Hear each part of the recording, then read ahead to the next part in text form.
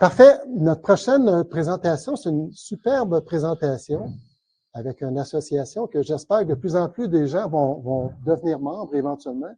Qui a déjà rêvé partir en affaires ou aimerait partir en affaires éventuellement?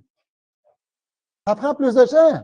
Mais vous savez que ça prend à un moment donné des gens qui commencent petit à petit pour partir en affaires et vous allez pouvoir faire partie de l'Association québécoise d'informatique libre. Aidez-moi à accueillir Jacques Berger.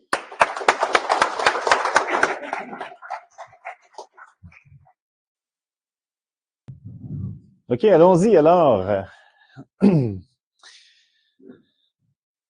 Donc, j'ai l'association, oui, exactement. Donc, ça a déjà été introduit par Martial. Alors, merci beaucoup, Martial, pour l'introduction. C'est qui, lui? Donc, qui suis-je? Je m'appelle Jacques Berger. J'ai plusieurs chapeaux dans ma profession, mais je suis essentiellement un professionnel du développement de logiciels depuis, j'ose même plus le dire maintenant, depuis 2003. OK, donc ça fait un petit bout. Je fais du génie logiciel, j'en fais encore aujourd'hui, malgré l'âge. Je suis le président de la QLL, donc j'ai fondé la QLL avec certains de mes alliés l'année passée. Donc, je vais pouvoir vous expliquer un peu plus en largeur là, que, dans le fond, comment j'ai créé la QLL, puis pourquoi. En dehors de la QLL, je suis aussi directeur général de Code 3, qui est une coopérative de solidarité en services informatiques. Donc, je suis aussi, oui, je parle beaucoup de logiciels libres dans le quotidien, mais je parle aussi d'économie sociale, puis du mouvement coopératif. Et je suis aussi un enseignant. Ouais. Donc, je suis un chargé de cours à l'UQAM, j'enseigne l'informatique. Puis là, j'ai de la pression ce soir parce que j'ai cru comprendre que la présidente de Montréal Python est ici. OK? Fait que là, il va falloir que je performe, non pas pour ma propre réputation, mais pour qu'ils aient envie de m'inviter.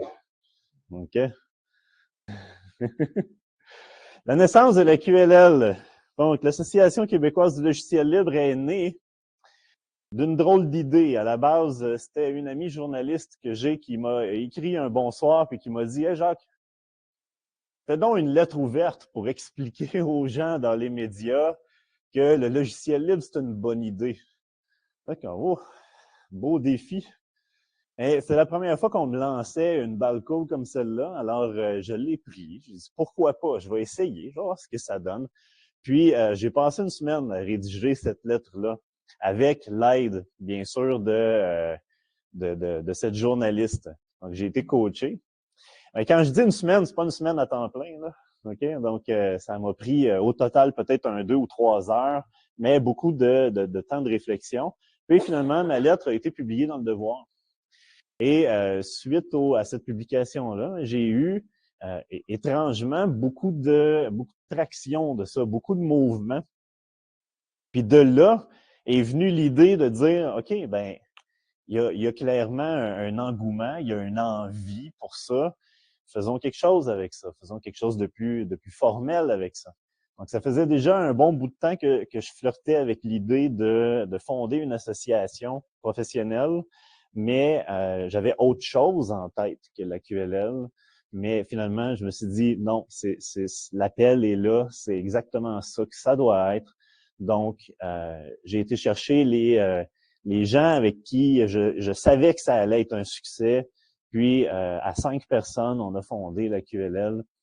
Officiellement, là, les papiers officiels, c'est au mois de mars. Donc, la semaine prochaine, quelque chose comme ça, on va fêter notre premier anniversaire sur papier. On a pris quelques mois après pour organiser un lancement.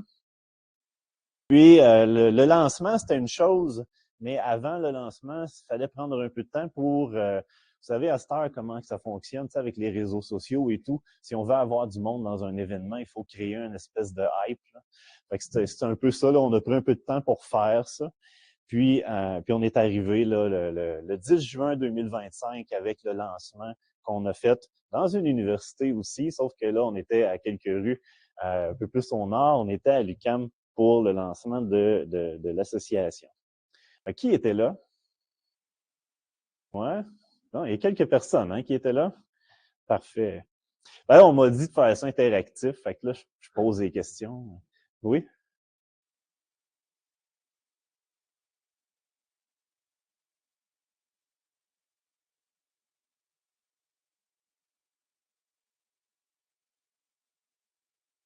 Au lancement, il y avait à peu près une soixantaine de personnes. Ouais. Ouais. Merci, Martial. Oui, donc, c'est Fabienne Rodriguez au micro, Le Goût du Libre. Moi, j'étais au lancement, puis je trouvais qu'à peu près la soixantaine de personnes qui étaient là, Jacques vient de demander à main levée qui était là, puis on était 2 ou 3 qui sommes dans la salle. Je trouve très encourageant et très cool qu'il y a à peu près aucune intersection entre les deux groupes. Donc, si on joint les forces, franchement, ça devrait donner un bon résultat. Merci. Ouais, ça, c'est une chose qu'on a remarqué, entre autres, dans mes premières discussions que j'avais avec Fabienne, justement. Lui vient d'un bassin de logiciels libres. Moi, je viens un autre bassin de logiciels libres. Puis étrangement, même si on fait ça depuis des années, on s'était jamais croisés. Fait que le but de créer une association qui est plus basée sur justement là, les connexions professionnelles comme ça, ben ça fait tout son sens. Donc, je pense pas que vous êtes la salle où je dois expliquer c'est quoi le logiciel libre. Hein? D'habitude, ça fait partie des choses que j'explique, mais là, je pense que je vais pouvoir passer là-dessus. Si jamais ça vous intéresse d'en savoir un peu plus sur c'est quoi le logiciel libre, je suis sûr que vous allez être capable de trouver. OK?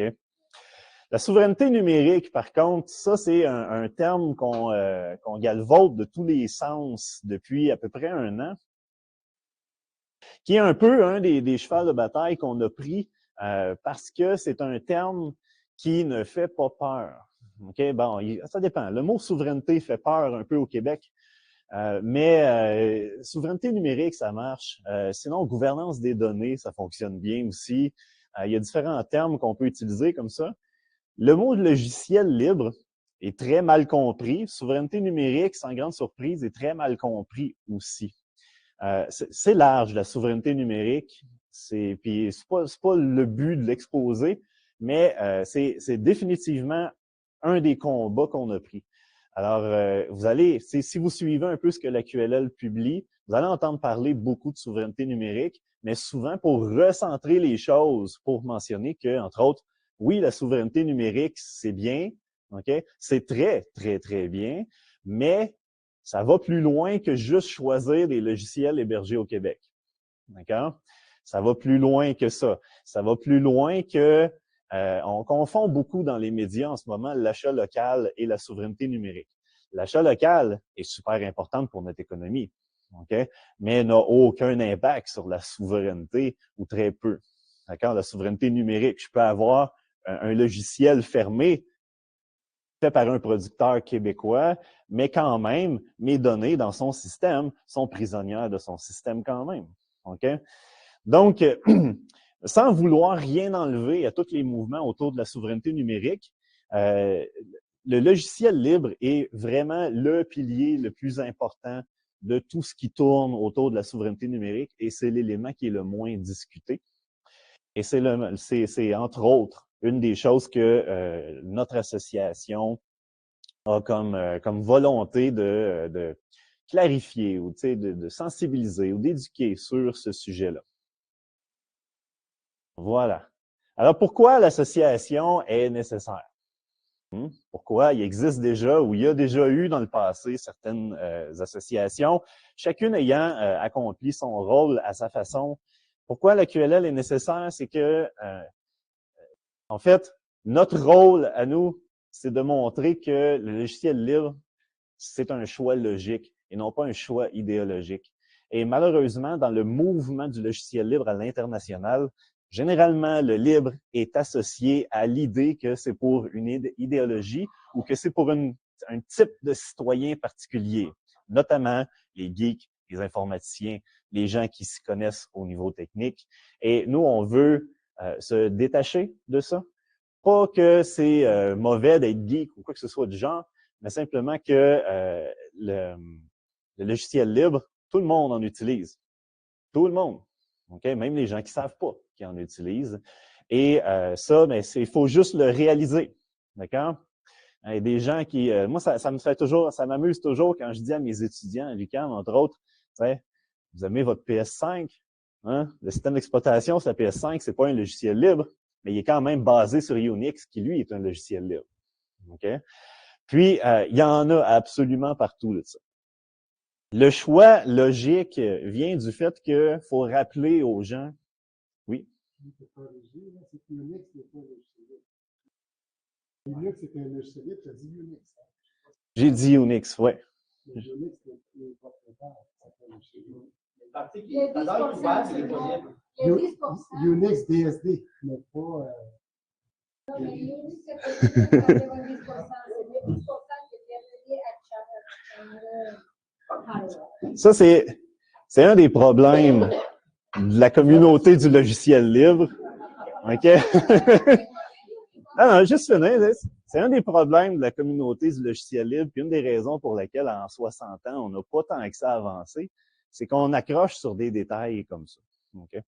Comme, par exemple, qu'est-ce qui est libre, qu'est-ce qui ne l'est pas, est-ce que moi, je suis plus libre que toi, ou ainsi de suite. Puis merci d'avoir amené ce point, parce que c'est une discussion à avoir, puis c'est un des points sur lesquels nous, comme association, on a une position très, très claire.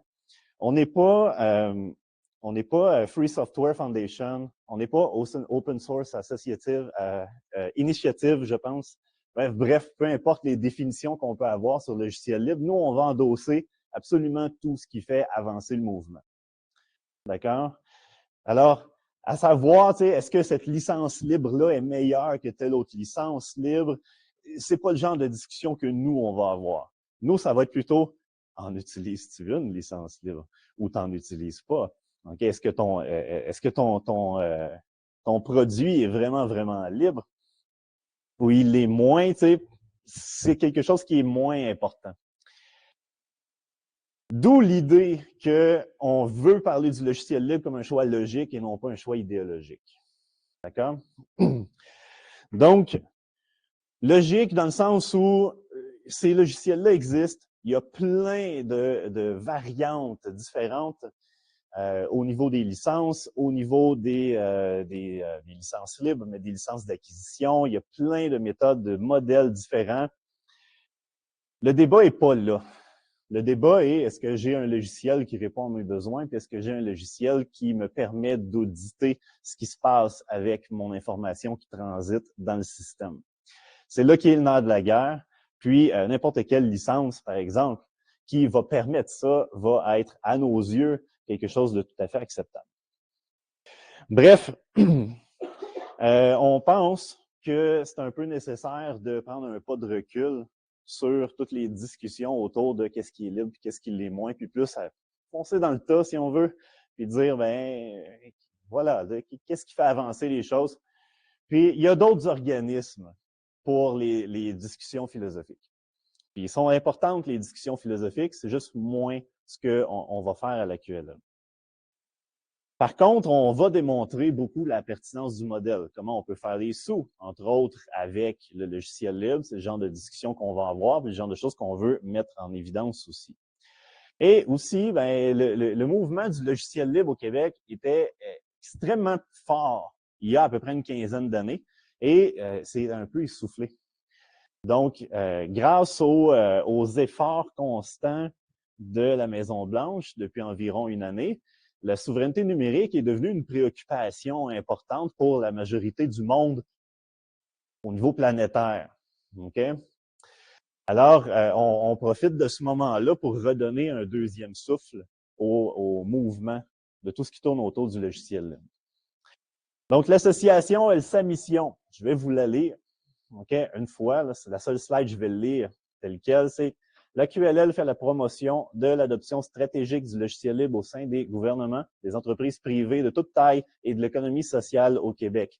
Par le lobbying et la sensibilisation, nous favorisons des politiques et des pratiques qui encouragent l'utilisation des technologies libres. L'objectif, bâtir un écosystème numérique québécois plus souverain, éthique et durable. C'est beau tout ça, mais qu'est-ce que ça veut dire concrètement? Ce que ça dit, c'est qu'on travaille par le lobbying et la sensibilisation. Okay? Donc, c'est déjà écrit dans notre mission comment on travaille. Le lobbying, vous savez ce que c'est? Ouais. On s'enregistre auprès du gouvernement, puis ensuite, on parle. on jase avec des instances gouvernementales. OK? Puis la sensibilisation, mais là, ça va très large. OK? Donc, mais n'importe quelle tribune où on peut aller parler de logiciels libres devant des gens qui ne sont pas déjà convaincus par le modèle, ben c'est quelque chose qu'on va vers ça. D'ailleurs, ça explique pourquoi vous me voyez ici pour la première fois. Okay? C'est la première fois que je viens à la rencontre Linux. J'étais venu à la journée porte ouverte, mais c'est pas le genre d'événement auquel je vais assister. D'accord? Parce que les gens qui sont ici connaissent déjà le logiciel libre, sont déjà convaincus. J'ai personne à convertir ici. Donc, moi, je vais plus aller dans des événements où les gens sont complètement dans le noir total, là, qui ne connaissent pas le rien par rapport à ça, puis leur ouvrir les yeux, leur montrer que c'est une possibilité, qu'il existe tout un monde qu'ils connaissent pas, puis de faire en sorte que peut-être certaines de ces personnes-là vont venir ici, éventuellement. OK? Donc, c'est un peu l'idée de convertir les gens puis de les amener dans dans tout l'écosystème qui existe déjà. Nos chantiers à l'association, c'est de valoriser le logiciel libre, mais aussi les membres de l'association par le rayonnement. Le rayonnement, c'est de souligner les bons coups, de montrer aux gens que c'est une possibilité puis que ça fonctionne bien. Parce que le rayonnement, à mon sens, fonctionne mieux que de simplement dire aux gens « Oh, ton système n'est pas libre, tu es vraiment mauvaise personne, mauvaise entreprise. » J'aime mieux l'idée de « Ah, tu fonctionnes comme ça fonctionne bien pour toi, parfait, mais regarde ce que ces entreprises géniales ont fait. » Puis, regarde à quel point eux savent où sont leurs données, puis qui y a accès. C'est une chose que toi, tu peux pas. Bon. Tout est dans la façon dont c'est amené. Bref, les chantiers, c'est aussi faire du lobbying sur le logiciel libre, mais ce qu'on vise aussi, c'est de créer des opportunités d'affaires pour les membres. Donc, les membres étant les entreprises là, qui sont membres de la QLL.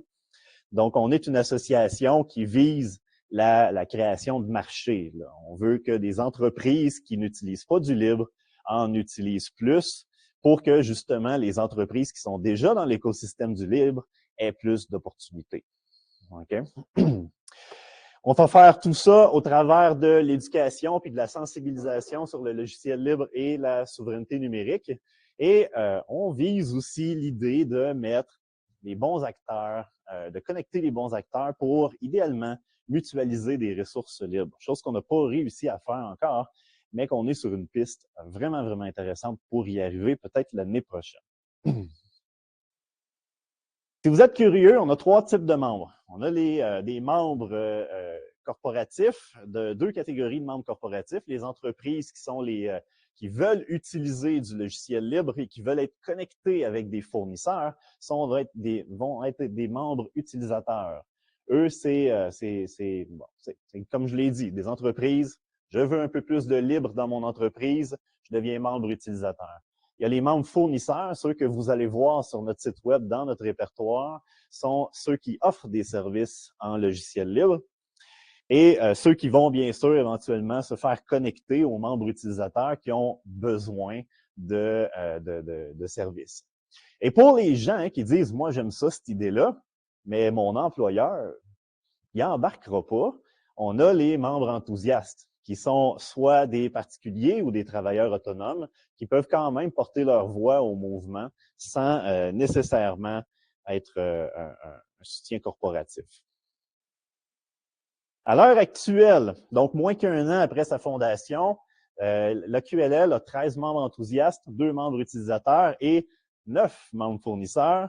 Ma slide, je l'ai faite hier soir et depuis ce matin, on a un 9e membre fournisseur oui, on peut y aller, qui a été fait expressément pour que mes slides ne soient pas à jour. Ouais, mais selon Marc, je devrais monter à 16. Donc, les membres utilisateurs, à l'heure actuelle, c'est la coopérative Web TV et une OBNL qui s'appelle Ludociel pour tous, deux organismes à très belle mission. Il n'y en a pas beaucoup des membres utilisateurs, mais c'est en développement. Évidemment, c'est ceux qui sont les plus difficiles à convertir. Les membres fournisseurs, voici la liste des membres fournisseurs en date d'hier. Okay? Donc, à cette liste s'ajouterait aujourd'hui chez le Pro Inc., qui est représenté par Daniel ici. Parfait. Est-ce qu'à tout hasard, on a des représentants de ces membres dans la salle? Ouais, ben oui, il y a moi chez Code 3, OK? Mathieu à Technolibre, Marc pour Evolue Data et Fabienne pour le goût du libre. Donc, si jamais vous avez envie de discuter avec des gens qui sont déjà membres, leur demander comment ça s'est passé le processus, puis qu'est-ce qu'ils en retirent, ben, vous avez l'occasion de parler à ces gens-là après. Comment vous pouvez vous impliquer? Vous pouvez, si vous voulez, devenir membre, mais ensuite, que vous soyez membre ou non, vous pouvez réseauter. Okay? Donc, quand on veut s'impliquer dans le logiciel libre, la grande majorité du travail se fait par la discussion. Donc, on parle à des gens, puis quand on tombe sur des gens intéressés, on les connecte avec d'autres personnes. Donc, si vous tombez sur une entreprise qui s'intéresse au logiciel libre, bien, vous pouvez l'envoyer vers l'association. Si vous tombez sur des gens qui ont envie de militer, OK? Bien, nous, on n'est pas tant des militants, on est plus des diplomates, on va dire. OK? Donc, les militants, ils peuvent aller, tantôt on a parlé du groupe facile, OK? Fait que c'est plus dans ce groupe-là que ça marcherait. Alors, donc, il y a ces façons-là de s'impliquer. Puis évidemment, la meilleure façon, c'est de rayonner, c'est-à-dire continuer de faire ce que vous faites au quotidien, à être des représentants et représentantes de l'excellence informatique, en montrant à quel point le logiciel libre à tous les jours sauve le monde. Et nous, on va se donner la job de le communiquer, que le plus de gens possible le sachent. Si jamais vous voulez devenir membre, vous pouvez regarder le site web aqll.québec. Okay? Il y a un formulaire de contact là-dessus. Ensuite, vous pouvez aussi écrire à info@aqll.québec et que vous avez des questions. Oui. Les outils. Non.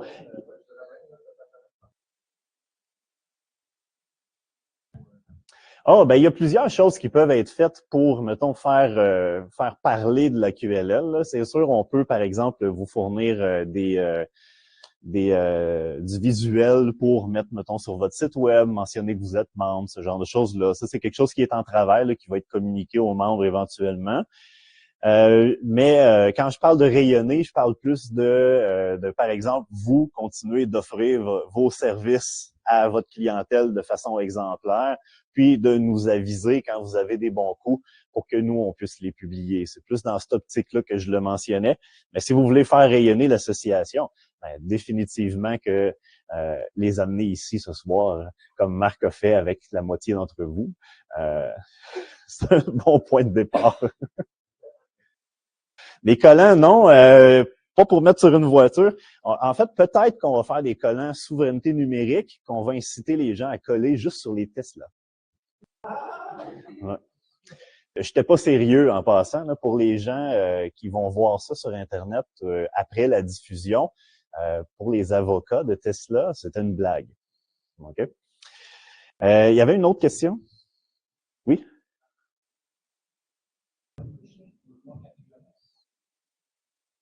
Ouais, les frais de membership pour les 3 catégories, si jamais vous voulez être membre enthousiaste, d'accord, c'est vraiment, c'est symbolique. C'est une cotisation de 20$ pour 2 ans de membership, ok? C'est vraiment juste pour dire, vous êtes là, d'accord?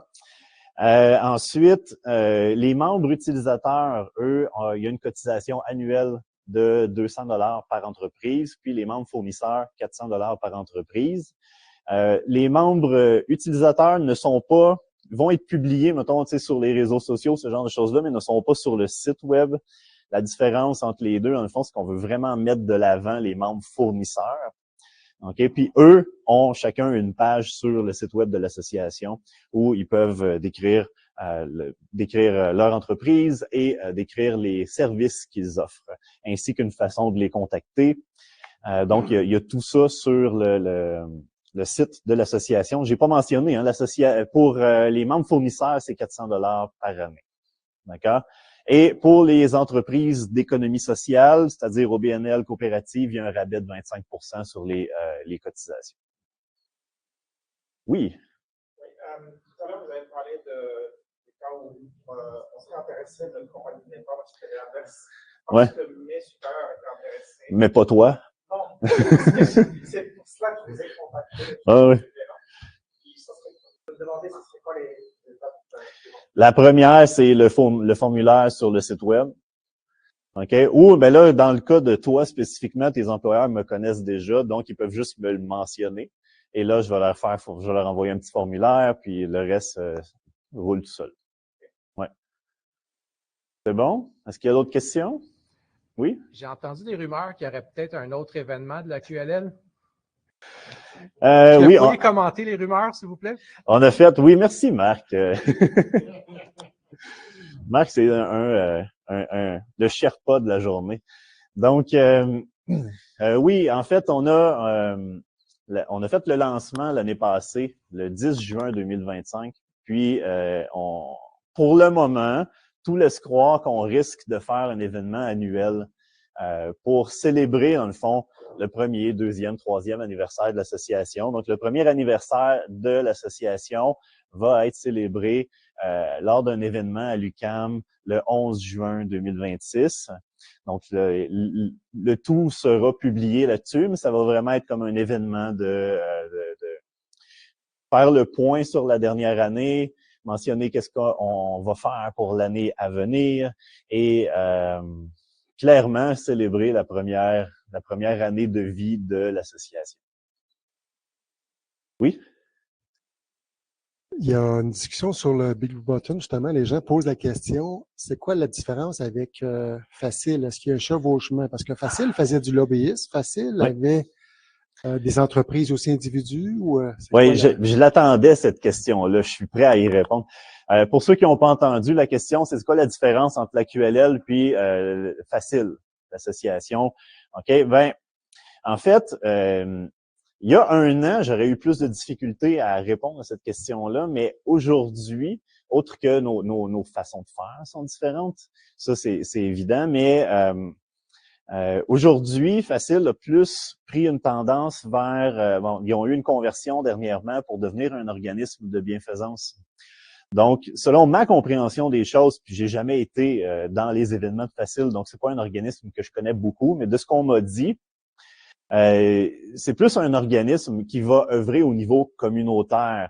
Donc, communautaire étant la communauté, les gens, les individus. Tandis que nous, on œuvre plus au niveau du corporatif. Donc, je pense que c'est suffisant comme comparaison.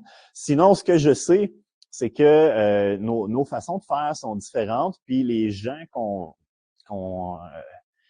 attire sont différents aussi. Donc, je trouve que c'est deux organismes qui sont, je trouve, très complémentaires. Donc, je suis très content qu'ils existent, puis j'espère qu'ils sont contents qu'on existe aussi.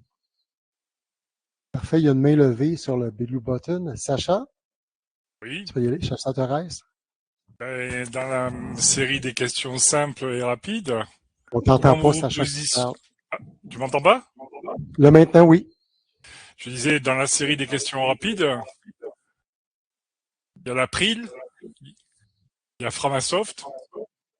Vous êtes où, vous, par rapport à ça, au Québec?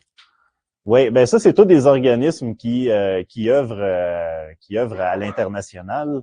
Nous, on est vraiment centré sur le Québec et strictement le Québec. Donc, pour le moment, à tout le moins, on n'a pas de discussion avec des groupes internationaux ou d'autres groupes dans la francophonie. On va œuvrer ici, puis je ne sais pas si on va établir des contacts avec ces groupes-là dans le futur, mais pour le moment, c'est pas dans nos plans. Et c'est juste une question de parce que vous n'êtes pas assez développé ou nombreux, ou c'est parce que c'est pas intéressant, ou c'est pas une solution, ou... Je dirais que c'est probablement parce qu'on peut pas tout faire en même temps. D'accord, Donc, oui, ça peut s'entendre, effectivement. ouais, c'est plus comme ça. Il faut choisir ses batailles. Puis là, on a des élections provinciales qui s'en viennent, ce qui est définitivement le terrain de jeu parfait pour nous. Donc, on va définitivement se concentrer là-dessus là, dans les prochains mois. Il y avait une autre question? Oui? Dans ce que j'ai compris, vous n'offrez pas des services comme page et mail, vraiment comme centraliser et donner la visibilité au mouvement du groupe. Oui, exactement. Donc, vous avez bien compris, on n'offre pas de service, mais définitivement que si, par exemple, on voit une opportunité, on voit un bassin d'utilisateurs à quelque part qui ont besoin, par exemple, d'un service mutualisé, d'hébergement ou quoi que ce soit du genre, nous, on va se donner comme devoir de les connecter avec nos membres qui font ça. Parce que définitivement qu'on a plein de membres qui s'occupent de toutes les choses que vous venez de mentionner. Ouais. Ben, parfait. Un gros merci, Jacques.